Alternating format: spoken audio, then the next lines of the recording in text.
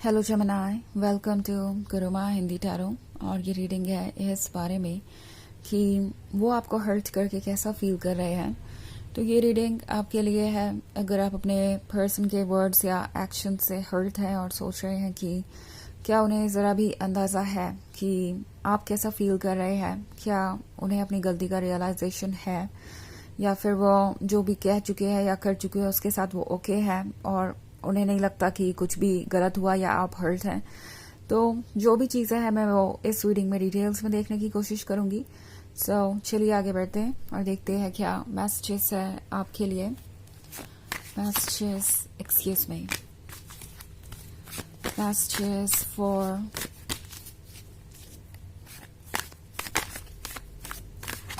Gemini.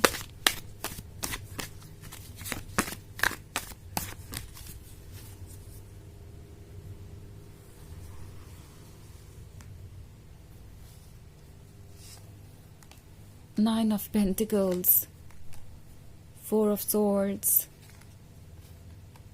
Five of Swords, Knight of Cups,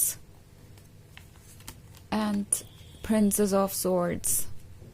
okay तो हमारे पास है फाइव ऑफ सोर्ड्स।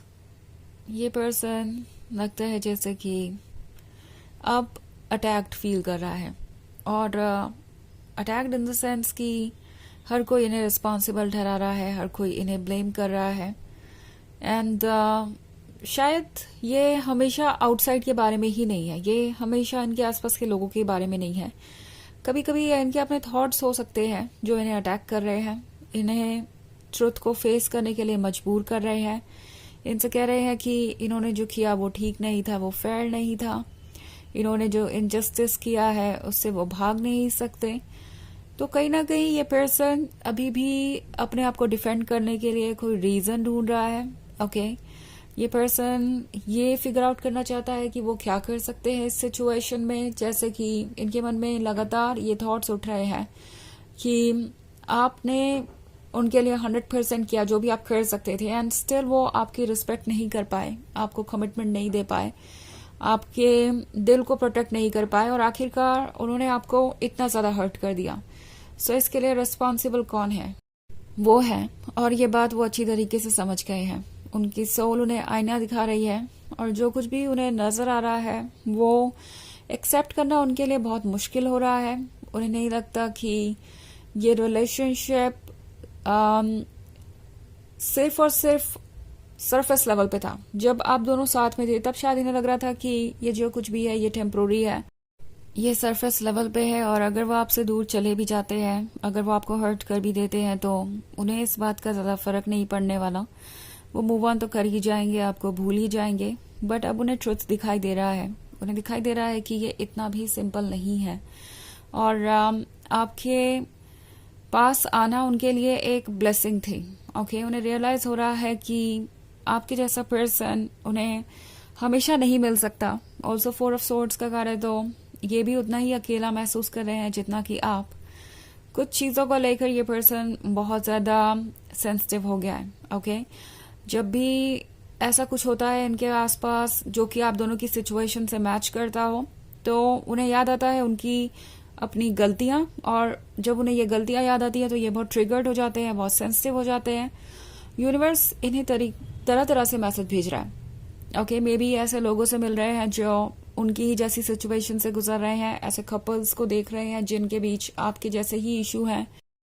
और ये बात इस पर्सन को बार बार रियलाइज करवाती है कि उन्होंने क्या मिस्टेक की है, वो कौन सी गलतियां कर रहे हैं। स्पेशली वो लोग जो अपने रिलेशनशिप पे वर्क कर रहे हैं वो इस पर्सन को बहुत ट्रिगर कर रहे हैं आजकल। ओके कोई भी अच्छी एडवाइस या पॉजिटिव एडवाइस इन्हें बुरी लगती है क्योंकि ऑफ कोर्स उन्हें लगता है कि जैसे सामने वाला पर्सन उनकी गलतियां पॉइंट आउट कर रहा हो, उन्हें क्रिटिसाइज कर रहा हो कि जो उन्होंने किया वो ठीक नहीं था, उनका अप्रोच डिफरेंट होना चाहिए था, उन्हें थोड़ा मैच्योरली एक्ट करना चाहिए था। ये पर्सन इन सारी बातों को सुनना नहीं चाहता और जितना ज्यादा ये इन बातों से भाग रहे हैं उतना ज्यादा इनकी सोल इन्हें मिरर दिखा रही है। ये डील नहीं कर पा रहे हैं चीजों से, जो भी फीलिंग्स इनके मन के अंदर है उन्हें कैसे हैंडल करना है वो इन्हें समझ नहीं आ रहा। ओके ये अपना फ्रस्ट्रेशन दूसरों पे प्रोजेक्ट कर रहे हैं, दूसरों को ब्लेम कर रहे हैं विदाउट एनी रीजन, जबकि प्रॉब्लम इनका अपना माइंड है, इनकी अपनी इनसिक्योरिटीज और फियर्स हैं। ओके, ऑल्सो हमारे पास है princess of swords. Princess of swords होने का मतलब है ये पर्सन जानता है कि आप काफी अपसेट हैं, आप काफी गुस्सा भी हैं, आपके नाराजगी की वजह भी है। वो ये नहीं कह सकते कि आपका ये बिहेवियर बेवजह है। प्रिंसेस ऑफ सोर्ड्स काफी ज्यादा डेडिकेटेड है, काफी ज्यादा लॉयल है और उन्हें पता है कि उसका वर्थ क्या है। सो नाइट ऑफ कप्स का कार्ड है। ऐसा लगता है कि आज नहीं तो कल ये पर्सन कोशिश करेगा आपको अप्रोच करने की और आपके और उनके बीच सब कुछ ठीक करने की। इवन इफ सिचुएशन बहुत भी खराब हो गई है तो भी उन्होंने ये 9 ऑफ पेंटिकल्स वाला सपना नहीं छोड़ा है। उन्हें आपके क्लोज आना है, उन्हें इस रिलेशनशिप को आगे बढ़ाना है। अभी भी उन्हें यही लगता है कि आप दोनों परफेक्ट हैं और ये परफेक्शन ऐसा है जिससे ये पर्सन भाग नहीं सकता या दूर जाना नहीं चाहता। ट्रुथ तो यही है कि ये पर्सन आपसे दूर जाना ही नहीं चाहता। ये एक अलग बात है कि उनके एक्शंस के कारण आज वो खुद ऐसी सिचुएशन में पहुंच गए हैं जिसकी वजह से आपके पास आना भी मुश्किल है।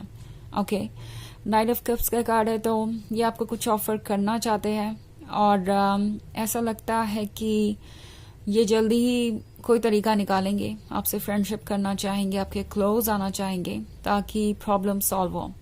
ओके, ये कोई ना कोई रास्ता ढूंढेंगे आपके टच में रहने का, बिकॉज आप इनके लिए जरूरी है। बहुत सारे सोर्ड्स है आपकी रीडिंग में, तो आप किसी एयर साइन से डील कर रहे हो सकते हैं। वैसे साइन तो कोई भी हो सकता है क्योंकि इन दी एंड ये एक जनरल रीडिंग है। ऑल्सो ये सबसे रेजोनेट नहीं करेगी, एनर्जी रिवर्स हो सकती है अगर आप क्रॉस वॉचर हैं। इसके अलावा अगर आप पिछले वीक की रीडिंग देखना चाहें या ईयरली रीडिंग देखना चाहें 2025 की, तो इसका लिंक आपको डिस्क्रिप्शन बॉक्स में मिल जाएगा हमेशा की तरह। सो चलिए आगे बढ़ते हैं और देखते हैं और क्या मैसेजेस हैं आपके लिए।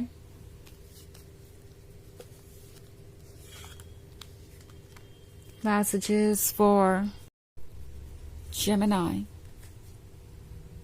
Ace of Swords, Six of Pentacles, Strength, Queen of Wands, and King of Pentacles. Okay.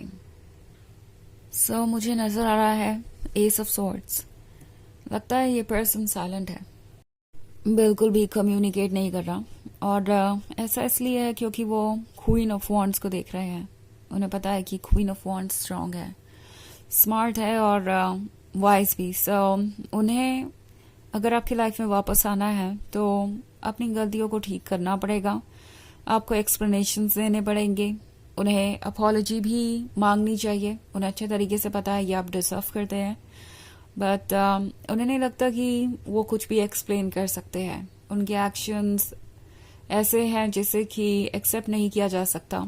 Also उन्हें ये भी पता है कि अभी तक वो जो सोच रहे थे कि प्रिंसेस ऑफ सोर्ड्स काफी इमोशनल है और डिवोटेड है, तो उन्हें हर हाल में एक्सेप्ट कर लेगी, उनसे कोई एक्सप्लेनेशन नहीं मांगेगी, प्रैक्टिकल चीजों पर डिस्कस नहीं करेगी।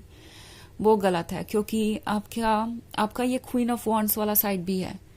सो उन्हें रियलाइज हो रहा है कि आप स्ट्रांग हैं। सिर्फ इमोशनल कनेक्शन की वजह से तो आप इस रिलेशनशिप को कंटिन्यू नहीं करने वाले।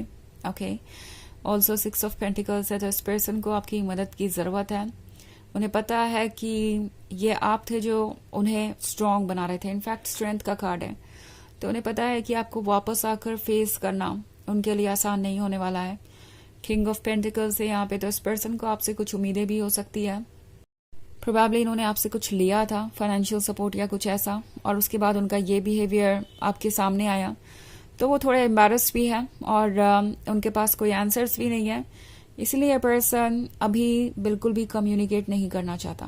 ओके, चलिए देखते हैं आपके लिए ऑरेकल मैसेज क्या है।